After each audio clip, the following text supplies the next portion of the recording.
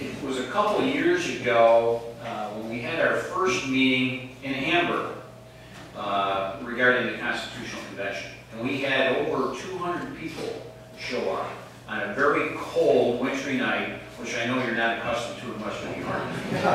And Jane Corbin was there, along with Jack Quinn and Jim Hayes at the time, and we're really glad that Ray Walter's here, because we've been talking about this not just yesterday, not just last week, but for the last couple of years. And I have been traveling all over the state, to every single region of the state, including, believe it or not, New York City, where people are just like you, except they may talk a little different. But it is certainly people have been concerned about what their state government is doing or not doing for them. In every one of my forums over the last 2 years, I started with this question. I thought I would do it today as well. How many people in this room, raise your hands, think that New York State government is working for you? Our record is intact.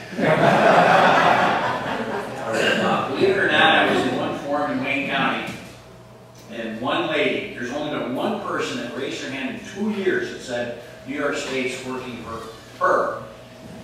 And I said, really? And she goes, well, yes. And I said, okay, is there anything specific? And she said, no. I said, all right then. So, but you know, it was certainly enlightening. But really, that's the same question. And even today, in this past year, things have been slightly improved in Albany. Budget done on time, spending less than we had before, and no new taxes. But that's a small step. Many more steps need to take place. The other question I ask the audience is, and this is unscientific, and I'd like to get a show of hands for all the people in this audience, that your household income has gone up by 70% in the last 10 years. 70%. You know, that's what I get from the rest of the audiences. Well, that's how much New York State spending has increased over the last decade, which to me is unacceptable. Because if our incomes aren't keeping pace, the spending shouldn't be keeping pace, because we're paying the bill. Every single one of us, including me. And I know it's hard to believe that state legislators, we pay taxes too. We own homes, we pay property taxes, we pay the sales tax. It's no different. And when you talk about the pocketbook issues, especially in New York State, when we talk about jobs and the economy and the fear of where investments are going, and all the nonsense that's going on in Washington right now, people are frightened, they're mad, they're frustrated, and this is no different. And what we're really, the whole effort about talking about the Constitutional Convention is nothing else happens between now and 2017. 2017 automatically goes on the ballot to all the voters, and an opportunity to say, yes, we'd like to have a Constitutional Convention called, and voters can either say yay or nay, but this is automatically done through our Constitution every 20 years. Now, if the voters in 2017 say no to have the Constitutional Convention, then it waits another 20 years, or if legislation gets passed in the legislature, which is what I'm trying to do, and others are trying to do, is to get a bill passed in the legislature, both houses, to be sent to the governor, that would put this on the ballot sooner than 2017. So we could go and say, yes, we'd like to have it, or no, we don't. And if the people say yes, then we have it, and if the people say no, then we don't have it. And as Len talked about, all those issues that he talked about, believe it or not, there has been legislation introduced in Albany to deal with all those things. I've sponsored legislation on term limits, initiative of referendum, recall, eliminating backdoor borrowing, a state spending cap. Do you realize if we had a state spending cap in place over the last 10 years, that we would have saved the taxpayers of the state of New York $30 billion. $30 billion just over the last decade. And that's the type of things, and why the Constitution? Why do it this way? Well, the Constitution is very, very difficult to change by the legislature. because for us to amend the state constitution, it takes 2 votes, one for every 2-year legislative session. So we're elected to 2-year terms. So right now we're in 2011 to 2012. So the legislature has to pass that legislation, which is a constitutional amendment, in this cycle. And then the following cycle, which would then be 2013, 2014, that legislature would have to take another vote to pass it, and then it goes to the people. So that's 4 years just to amend the Constitution on any of these items that Len has talked about, or any other for that matter. And that's why, so once it's amended, it's a good thing that it's not easy to change at the legislature's whim, but it also puts an impediment to more change because it takes so long to change. And so a constitutional convention that meets has the opportunity with citizen delegates to come up with a platform to go to the voters. Now, one of the criticisms in the past about a constitutional convention was the fact that the same old folks were serving on the constitutional convention that were serving in the legislature.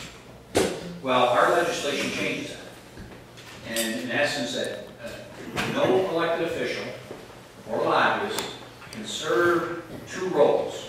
Now, constitutionally, we cannot prevent anyone from running to be a delegate. But if they do run for a delegate, let's say myself, let's say as a legislator, I wanted to run as a delegate. Well, I can run, and if I get elected as a delegate, I can't keep the state legislative position. I have to give it up. And most legislators will not give up that job to do a 6 or 8 month stint in terms of being a constitutional convention delegate. And we really tried to take the politics out of it as well. We've limited what, in fact, no political parties can give money directly to those running as a constitutional, want to be a delegate. They can't accept money. There's no political party choosing delegates. So in other words, there's no Republicans, no Democrats, no conservatives, no working families, no independents. You run as whatever you want by circulating a petition, and no party bosses get to choose who goes. Those are all really positive changes that ensures that everyday folks just like yourself get an opportunity to get your voice heard and all. If you don't mind, hold your questions, and I'm going to take questions. I'm just trying to get the folks an overview. Is that okay? So all of these issues and any issues can be brought up and taken up by the convention. And then once they come up and decide what those items that they agree upon, then we put it on the ballot for all of us to say yes or no. Now, the last time we actually had a vote was back in 1967.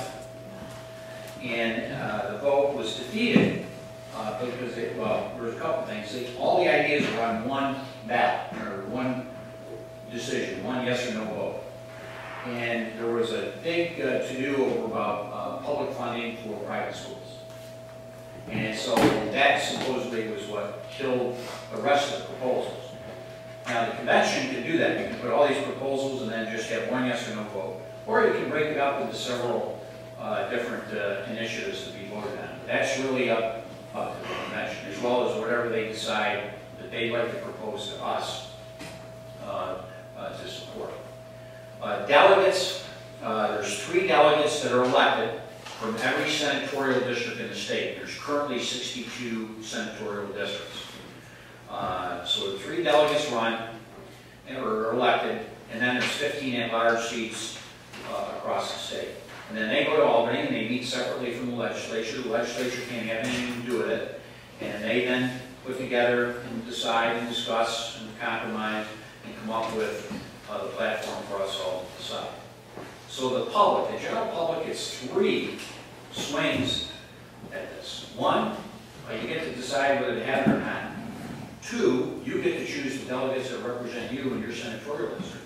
And 3, you get to decide whether you like it or not, the platform that's put on the ballot, which is 3 swings at the bat with your input, your vote, all across the state. Now, how do you become a delegate? You have to file a petition. Like I said, there's no party platforms here. You have to circulate a petition to get 1,000 plus valid signatures of any party, as long as you're a registered voter, and to run. Now let's assume there's 20 people that want to run for those 3 spots in the senatorial district. Well, what happens is that if the number of people running it is over 9, then there will be like a runoff, like in September, like a September primary. So to narrow the field down from, let's say, 20 people that are running, or 25, whatever it is, to get down to the top 9 vote getters. And then the top 9 vote getters, then you have the final runoff on election day in November, or whenever those times are set up. And so that's how you get to be a delegate. And as long as you're 18 years of age, you can vote, you're not a convicted felon, you can be a delegate. How long is it going to take for a convention? That's up to the convention. Typically it takes anywhere from 6 to 8 months, depending on how quickly they go through the issues. And how much does it cost? The estimates that we have right now is approximately $25 to $30 million. And then people say, where does that money come from? That money would come from the general fund, which is all set up, has been set up in the Constitution and how this framework is supposed to work. $1 million is a lot of money, I understand that. But the way I look at it is we had a state spending cap right now. That's peanuts compared to what we could have saved in terms of billions of dollars, and among other things. And any issues can be brought up. So if it's term limits, an issue of a referendum recall, eliminate backdoor borrowing, nonpartisan redistricting, et cetera, any of those issues can be tackled. Now, who would generally be against this sort of thing? Well, anybody that likes the status quo, right? Because I can tell you, some of the people have come up to me, organizations now, are coming out of fear of change, even though they'll admit that state government isn't working so hot, but I don't know, it could be worse. And I go, really? It could be worse? So there would be organized effort out there to not let this happen. You know, I've heard already from organized labor that this doesn't serve their interest or other special interests. And although I understand it, you know, there are people that would be fighting against this like they did in prior years. And so that's why I do these forums, to get directly to the people. First, to try to educate the general public whenever I can. Now, I think I've done about 25 of these things across the state in the last couple of years, plus talking to the media to try to, you know, rally up some support. Now, obviously, in the end, how does this happen? If we're going to do it sooner in 2017, we have to get our state legislators to pass a bill in each house. Now, the bills have been introduced in both houses. Senator Galvin from Erie County is carrying the bill in the state Senate. I'm carrying the bill in the state Assembly. Who supports this bill? There's a lot of people on both sides of the aisle, by the way. Governor Kolb, his father, former Governor Mario, former Mayor Rudy Giuliani, former Governor George Pataki, former Mayor Ed Koch. And I'm just using some general names that you might know in the political, it's better from both sides of the aisle. A variety of good government groups are in support of this initiative. And there's legislators on both sides. But really what's going to move these bills, ultimately, to get done and get to the governor for a signature, is the governor's going to have to start putting some energy behind it, as one. Just like he puts energy behind other initiatives in Albany, which is good. He needs to communicate to the people that this is now a priority. Because if Governor Cuomo does that, which is to follow through on his campaign book, which clearly calls, in writing, black and white, a constitutional convention, that is a huge burst of energy and discussion across the state. And then it comes from folks like you calling up your state assembly member or state senator and asking them to support the bill and call on their leadership in their house to get that bill passed. And so this is another beautiful part about this isn't about Democrat or Republican or pointing fingers or the blame game. This is about fixing state government. And that's what the initiative is all about.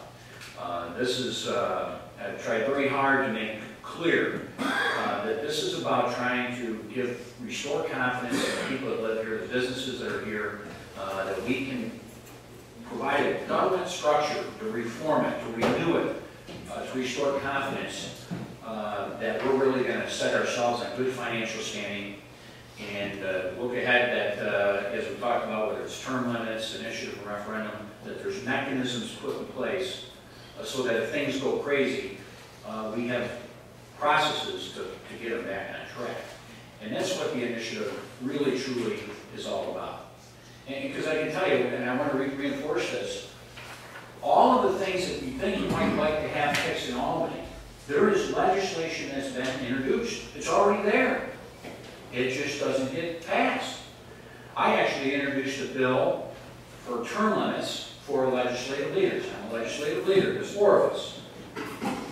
I said, these guys or ladies, whenever they're leaders, should be in there forever, because that's how power is controlled, especially in the majorities, where they hold committee assignments or office space or funding streams for some of their members.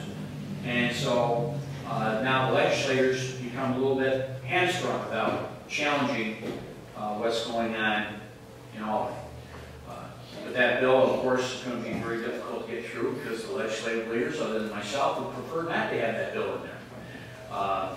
The Speaker of our House has been Speaker for the last 14, 15 years. I think he's had his chance to do a job or not do a job. I think it's time for somebody else. And that's how you get new ideas. That's how you don't get the same old, the status quo, or no change whatsoever. So that's what the initiative is all about. It's very simple, I think.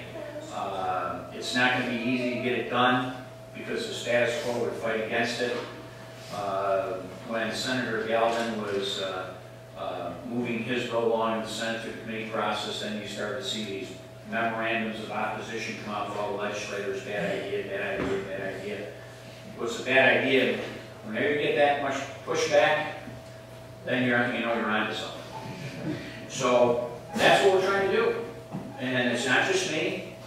We've got folks like Jane and other legislators in both parties. Mark Shorter from Buffalo, Democrat, is in favor of this initiative. Mark will say, well, I would do it a little bit differently, but that's okay. At least if we do it. I'm all open to a little bit of compromise along the way. And that's what we're supposed to do, as long as we get it done. So, that's a brief overview.